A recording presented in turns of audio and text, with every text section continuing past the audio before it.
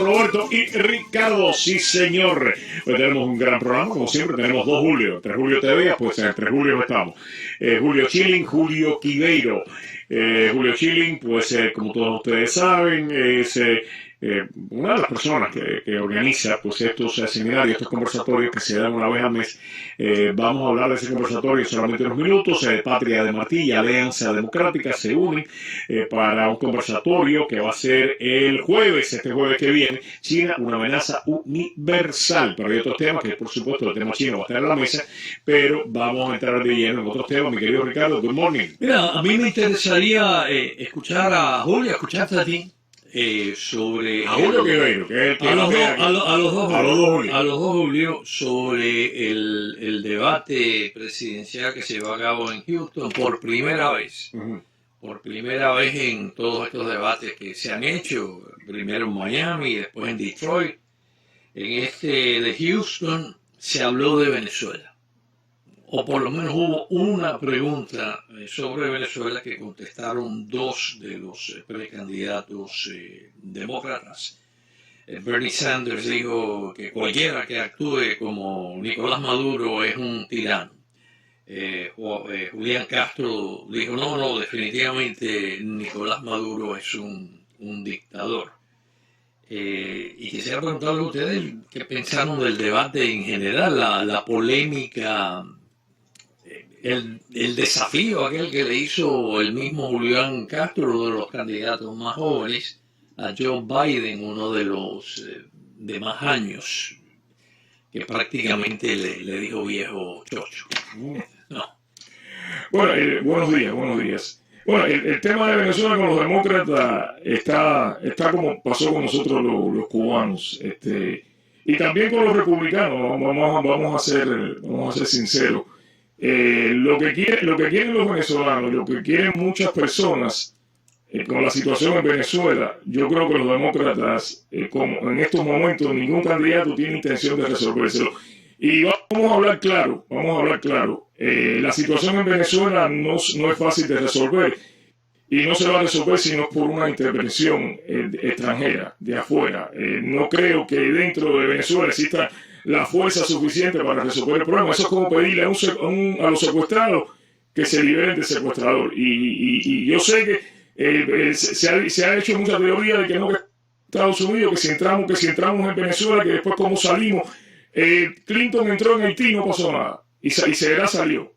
Y Noriega salió de Panamá porque se metió Bush. Si no, todavía Noriega estuviera ahí.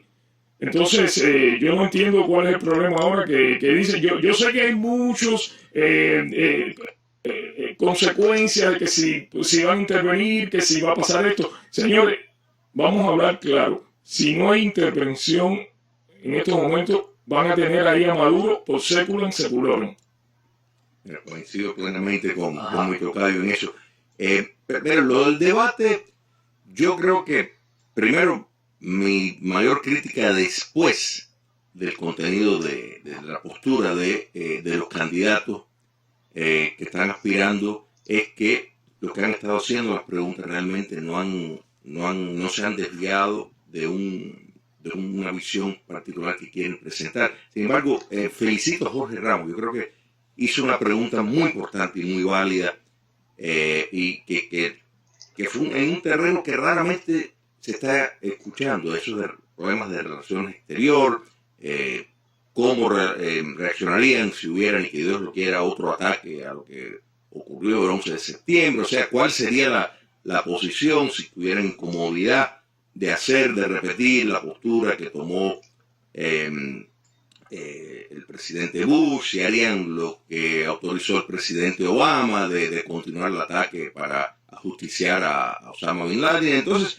pues fue una pregunta importante. Yo creo que eso es un factor muy necesario para darle realmente a los votantes estadounidenses, particularmente a los votantes demócratas, una mayor visión. Básicamente el maratón, y estamos viendo que es, bueno, cuál es el que más, por el control de la izquierda radical del Partido Demócrata, de ver cuál está más a la izquierda del otro, y muchas de las posiciones contradicen posturas que tuvieron previamente algunos de estos mismos candidatos.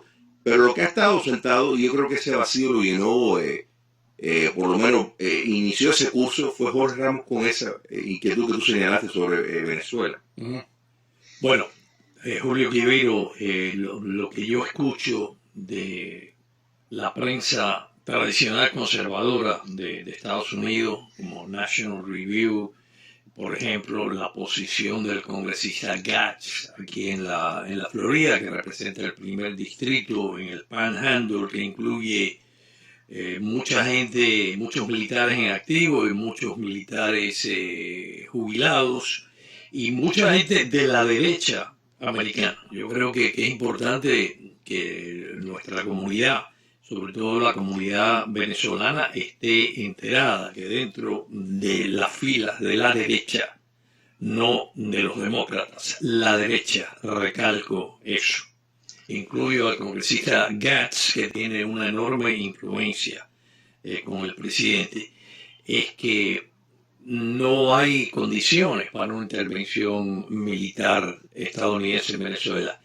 por varias razones. Una, para que haya algún tipo de intervención hace falta la Marina. La Marina en estos momentos está undermanned. Desde hace mucho tiempo, los sucesivos gobiernos que ha habido en Washington no han invertido suficiente plata en la Marina de Guerra. La Marina de Guerra se calcula que debe de tener más de 400 naves de guerra. En estos momentos tiene algo así como 290. El grueso de la Fuerza Naval de Estados Unidos está concentrada en lo que en el Pentágono y en el Departamento de Estado se considera son las más graves amenazas a la paz mundial y sobre todo a la seguridad de Estados Unidos, que son el South China Sea, el desafío chino, que China sí está invirtiendo mucha plata en fuerzas navales, y en el Golfo Pérsico. El doctor Frank Mora, que fue subsecretario de Defensa, un cargo muy, muy importante, probablemente la persona que pasa por estos micrófonos que más jerarquía ha tenido en un gobierno de Estados Unidos, el doctor Frank Mora, hizo un estudio y determinó que si hay una intervención militar estadounidense, va a ser un paseo, como lo fue en Panamá, ¿no? Va a ser un paseo. Pero luego, ¿quién arregla el país? Aquí en Estados Unidos hace mucho tiempo, sobre todo después de las experiencias en Afganistán, en Irak, hay una suerte de rechazo al nation building. Según los estudios del doctor Frank Mora, se requeriría una fuerza interventora, mayoritariamente estadounidense, de 150.000 efectivos militares, algo que sería demasiado costoso. Así que yo veo, ojalá, yo te digo la verdad, en mi opinión personal, a como sea sacar a los chavistas del poder, pero yo creo que hay que ser realistas. La política de Estados Unidos siempre ha sido, frente al comunismo, una de containment desde la Segunda Guerra Mundial. La teoría original de George Kennan. Y existe un consenso, mira, ganamos la Guerra Fría. Ganamos la Guerra Fría, sí, avanzaron muchísimo, se comieron a Polonia, se comieron a Hungría, se comieron a los países bálticos, pero mira, perdieron por razones económicas. Y con Cuba ha sido una de containment. Ahí lleva 60 años la dictadura, hambriando al pueblo, torturando. Lo único que producen es éxodo, hambre y miseria, y Estados Unidos no se ha tambaleado, existe. Es la realidad. Que lo digo, yo creo que no debería ser así, pero que yo creo que hay que ser realista cuando se piensa en cómo sacarse aquello de encima. No se puede confiar en que esa es una alta prioridad para Estados Unidos. Ricardo, en relación a lo que dices, que no te falta razón, no quiero decir que no te falte razón, pero si tú escuchas el discurso republicano en los últimos tiempos, Trump dice que las Fuerzas Armadas están en su mejor momento, que han invertido una cantidad tremenda y que hace poco, el domingo mismo estaban hablando, los programas de la mañana estaban. Pero hay otra cuestión, tú sabes que esos argumentos también se usaron cuando el problema de la Alemania nazi, salvando las distancias, por supuesto, que decían que no había una capacidad, cuando el problema judío, que estaban masacrando a los judíos, decían, no, bueno, es que no le podemos sacar a los judíos la castaña del fuego, porque es que nosotros no tenemos la capacidad. En aquel momento Alemania era la primera potencia en el mundo militar. Y sin embargo se hizo la guerra y se ganó. Probablemente y aquellos argumentos eran terribles y gracias a Dios que surgió un Winston Churchill. Gracias a Dios que de esta parte del mar había un... Winston Churchill que fue a la guerra. Fue a la guerra por Polonia. ¿Dónde está el Winston Churchill en América Latina? Winston Churchill que fue a la guerra por Polonia y sin embargo Polonia después fue ocupada 45 años por los soviéticos. Y entonces ahí no se fue a la guerra. Pero el argumento de que si se entra, después cómo se sale, eso en Alemania se entró y se salió, y en Panamá se entró y se salió. Panamá es un país pequeñito. Y Venezuela... Haití es un país... Haití, mira, la población de Panamá sería, yo no sé, un estado venezolano. Y déjame decir que yo como sea, que invadan los marcianos. El problema que yo veo es que hay que ver las cosas desde un punto de vista realista. Entonces, a mí me parece que mucha gente, no tú, Julio, mucha gente que desconocen la historia de Estados Unidos, desconocen cómo se hace política en Estados Unidos, desconocen cómo es que se llega a una decisión la decisión más importante que hace un gobierno estadounidense, que ir a la guerra, mandar gente americana, jóvenes americanos a una guerra. Yo creo que deben entender eso. Yo veo que hay gente que hace un viaje a Washington, se reúne con alguien y llega aquí y proclama una invasión. Después de 1945 los Estados Unidos nunca han dejado de estar en guerra. Primero fueron a Corea, después fueron a Vietnam. Han estado en guerra. Ha sido desgastante. La guerra de Vietnam le costó la presidencia al lindo. No, lo que pasa es que hay una política que le impuso Rumsfeld de que hacer una guerra sin que los Estados Unidos, sin que los americanos se enteren. Lo que es el despliegue de fuerza. Claro que sí se enteraron y por eso, por eso ganó Obama. Esa fue la doctrina de Rumsfeld de hacer una guerra y mantener el egoísmo dentro de la sociedad norteamericana. Y una de las razones por las cuales el sucesor de George W. Bush en la presidencia fue un demócrata liberal, una presidencia para bien, para mal, para lo que sea, histórica. El primer presidente afroamericano fue las guerras en Irak y Afganistán. Mira, varios puntos. Primero, estamos ahora, no hemos visto un incremento en los gastos de la defensa de los Estados Unidos tan grande desde la época de Ronald Reagan. O sea, que realmente por muchísimos frentes, principalmente entre ellos la gran amenaza china. Ahora, estoy de acuerdo con un 50% de la postura del doctor More y en desacuerdo con la otra 50%. Estoy de acuerdo que remover a la dictadura en Venezuela no haría falta una invasión tipo Normandía. Estoy en desacuerdo que hay que tener una fuerza de ocupación de los números de que él está hablando, precisamente porque no hay una condición en Venezuela, una vez derrumbado la dictadura en Venezuela, para estar en una rebeldía como requeriría, digamos, una fuerza de ese tamaño. Yo creo que es un momento oportuno, tomando en cuenta que dos de las principales fronteras de Venezuela, la de Brasil y la de Colombia, tienen gobiernos amistosos, tienen gobiernos que comparten esa visión de que lo que hay en Venezuela amenaza la paz. Y definitivamente amenaza la paz. Mira, como cuestión de seguridad nacional, si entendemos el papel que juega el narcotráfico como arma, aparte de, por supuesto, que es una fuente de ingreso extraordinario, como arma para destruir la sociedad norteamericana. ¿Y por qué Trump no lo hace? Porque Trump, bueno, eso es parte de, ¿por qué no lo ha hecho? O sea, ¿por qué no lo ha hecho?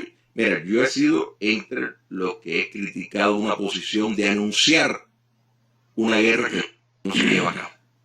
¿Me explico? O sea, yo creo que eso, primero, hay un gran misterio en cuanto a la diferencia que hubo en el arquitecto de esa política, que era John Bolton, alguien que yo creo que respetamos gran parte de las personas de una línea de que hay que remover y enfrentar este tipo de... Bolton era suave, porque según el presidente, Bolton era suave. Bueno, no, en esta posición el presidente, la queja que tenía contra Bolton es que no fue asesorado correctamente, o sea que Bolton subestimó la posibilidad. Lo que él dijo no, que Bolton, él era más duro que Bolton. Que él era, bueno, yo creo que él... Quiere decir que vamos a ver la elección ahora. Mira, Bolton... entre gente que se opone a una intervención militar, que dije que también es un tema de la derecha americana, está alguien que tiene mucha influencia con el presidente Trump, que es Tucker Carlson. Bueno, pero, Tucker Carlson dice que no, que Bolton, que es un mito eso de que era derecha, que Bolton era de izquierda. pero Ricardo, esto mira... ¿Tú crees que Bolton era de Mira, izquierda? esto No se Fox ahora, Fox ahora es que edita la política. Algunos de los de Fox. El principio de nation building, o sea, se le ha dado o sea, en Venezuela no requiere una cuestión de nation building, en el sentido, Venezuela no es un caso como era Japón imperial, que tiene una historia de haber tenido un sistema... Si tenemos un presidente que básicamente tiene esa visión, tenemos el mejor ejército y en este momento se ha invertido. ¿Por qué no se hace? Bueno, a ver, déjame terminar esta idea porque es importante entender por qué no haría falta un cuerpo de ocupación. Porque Venezuela tiene una historia de democracia. Por cuestión de tiempo, porque hasta ahora no se han convencido. ¿Por qué no lo hace? Bueno, yo pienso que el presidente, primero, no considera que tiene el apoyo dentro de la oposición reconocida venezolana. O sea, ese es el primer punto. O sea, la oposición venezolana, la verdad, está todavía en una encrucijada. Hay sectores que se oponen. Si pidieron agatear, lo consiguieron, y lo primero que dijo Elliot Abrams fue: olvídense de que ustedes hayan convocado el TIAR y que lo acepten, no va a haber invasión. Eso lo dijo Elliot Abrams.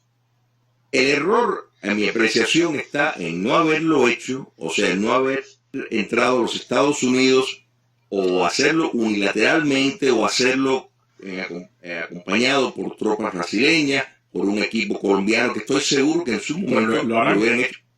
Yo creo que a estas alturas del juego se complica, pienso, por lo menos hasta después de las elecciones del 2020. Pero el por qué, hay diferentes fuentes que dicen que fueron desinformados por determinados operativos en Venezuela, que estaban contando con una reacción que no llegó. O sea, los Estados Unidos son víctimas. Víctimas.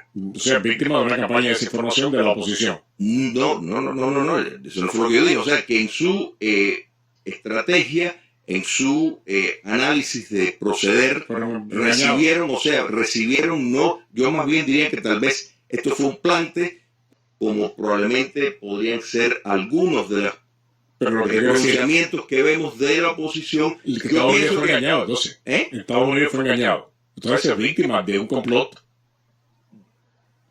Pero es que se dice que Estados Unidos lo desinformaron, la oposición, algunos sectores de la oposición. Una de las, o sea, hay corrientes, entre ellas, de que fue una desinformación que puede haber venido probablemente por la inteligencia castrista, de que había corrientes en las Fuerzas Armadas que estaban dispuestos y en ese momento... A mí me cuesta mucho trabajo entender de que realmente Estados Unidos tiene deseos de llegar a ese tipo de acción, independientemente de lo que nosotros consideramos. Cuando vemos que el techo de la transición es maduro y que Estados Unidos está dispuesto a negociar, y ya es público, no es un secreto de Estado, con Michael Moreno, con Padrino, con todos estos degenerados narcotraficantes, de verdad un Estados Unidos que se queja públicamente. El presidente se ha quejado, se quejó Bolton, se quejó Pence, se quejó Marco Rubio amargamente de que Michael Moreno, el asesino que está a cargo del Supremo allá, de que Padrino hayan traicionado a Estados Unidos. Realmente a mí me parece No, pero que sería... eso no es lo que estoy diciendo. Pero lo que yo estoy diciendo. Sí, no, es lo que yo estoy diciendo. De que el techo de la transición sea Padrino, sea Michael Moreno, y que Estados Unidos se queje de que esta gente no los están ayudando amargamente. A mí me parece que eso no es serio. Cuando hablamos, si eso lo estuviera diciendo un presidente demócrata pidiéndole a Michael Moreno, pidiéndole a Maduro que los ayudaran a resolver la cuestión de Venezuela, estuviéramos criticándola amargamente, pero es que nosotros la capacidad de criticar a esta administración ha desaparecido por completo. No, pero Roberto, esto no es una cuestión de mirar esto desde un prisma de otro republicano. Yo creo que la crítica, por ejemplo, yo he criticado enormemente precisamente pronunciamientos como el de estar anunciando 5.000 soldados, la libreta de Bolton, que no contestaba los teléfonos celulares, o sea, una serie de cosas que no es en efecto serio para cuando hay una corriente. O sea, yo creo que ese tipo de política no es sensata. También el solamente pensar que con eliminar a Maduro se resuelve cuando los problemas sistémicos es un error. No es serio. Son las 9:26 minutos. Cuando regresemos, Ricardo, ¿nos vamos a operar? ¿Irán o Irán? ¿Irán o Irán? Sí, señor.